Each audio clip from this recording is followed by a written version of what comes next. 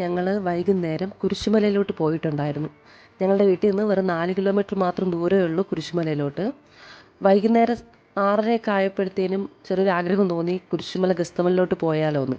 ഒത്തിരി നാളായി അവിടെ പോയിട്ട്, മക്കളെയും കൊണ്ട് ഞങ്ങൾ പോയിട്ട് ഒത്തിരി നാളായി. ഞാൻ ഇടയ്ക്കൊക്കെ പോകാറുണ്ട് ഫ്രണ്ട്സുമായിട്ട്.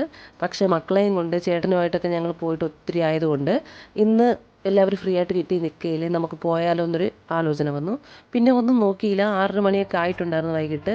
വണ്ടി എടുത്തു, ഞങ്ങൾ നേരെ ഗസ്തമലിലോട്ട് പോയിട്ടുണ്ടായിരുന്നു. കുരിശുമലയിൽ നിന്ന് നോക്കുമ്പോൾ ചുറ്റും മലകളാണ്. മലകൾ കൊണ്ട് ചുറ്റിയിട്ടുള്ള ഒരു സ്ഥലമായിട്ടാണ് നമുക്ക് കാണാൻ പറ്റുന്നത്.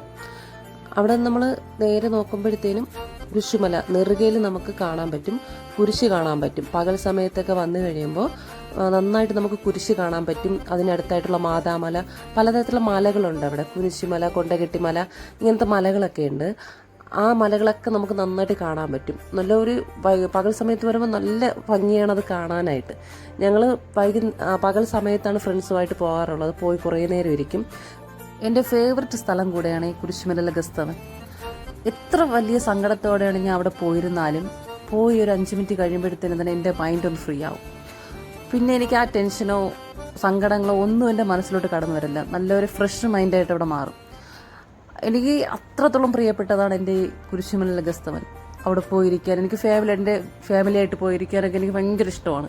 മക്കളെയും കൊണ്ട് ചേട്ടനെയും കൊണ്ട് ഞങ്ങൾ പറ്റും പോലെയൊക്കെ ഞങ്ങൾ പോകാറുണ്ട്. പോയിരിക്കും.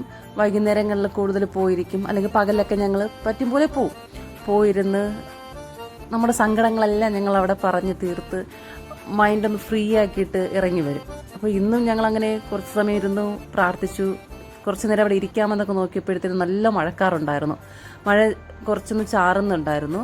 അപ്പോൾ മക്കളെയും കൊണ്ട് നമുക്ക് മഴയത്ത് അധികം നിൽക്കാൻ പറ്റത്തില്ല. അതുകൊണ്ട് ഞങ്ങൾ തിരികെ പോന്നു. ഇനി നമുക്ക് അടുത്ത വീഡിയോ കാണാം. ബായ്.